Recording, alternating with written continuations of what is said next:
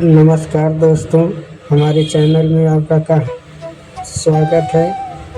ये कहानी उन लोगों के लिए है जिन्हें किसी भी प्रकार की बुरी आदत है और वो ऐसा मानते हैं कि कुछ समय के बाद वक्त आने पर मैं इस आदत को छोड़ दूंगा।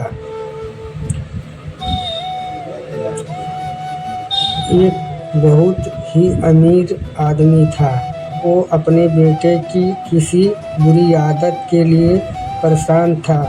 वो जब भी अपने बेटे को उस आदत को छोड़ने के लिए कहता था, उसका बेटा कहता था कि पापा, मैं अभी तो बहुत ही छोटा हूँ, वक्त आते ही मैं धीरे धीरे ये आदत छोड़ दूँगा। पर उसका बेटा कभी भी उस आदत को छोड़ने का प्रयास नहीं करता था।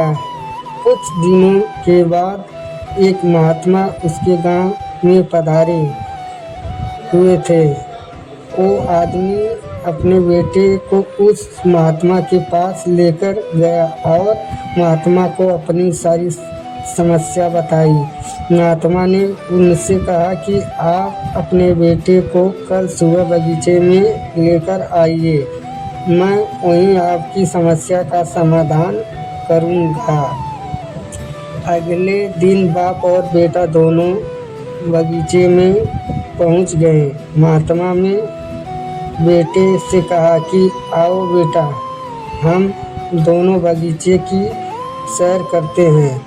बगीचे में सैर करते करते महात्मा अचानक रुक गया और फिर उन्होंने बेटे से कहा कि क्या बेटा, तुम इस पौधे को उखाड़ सकते हो? बेटे ने कहा कि जी ज़रूर, इनसे कौन सी बड़ी बात है। और ऐसा बोलते ही उसने पौधे को बड़ी आसानी से उखाड़ दिया। धीरे धीरे आगे बढ़ते हुए महात्मा ने बड़े पौधे की तरफ इशारा करते हुए बेटे से कहा कि क्या तुम इस पौधे को उखाड़ सकते हो?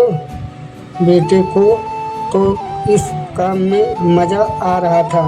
वो बोला, जी बिल्कुल उखाड़ सकता हूँ। इस बार बेटे को एक काम करने में थोड़ी ज़्यादा मेहनत करनी पड़ी, पर कुछ प्रयत्नों के बाद उसने पौधे को उखाड़ ही दिया।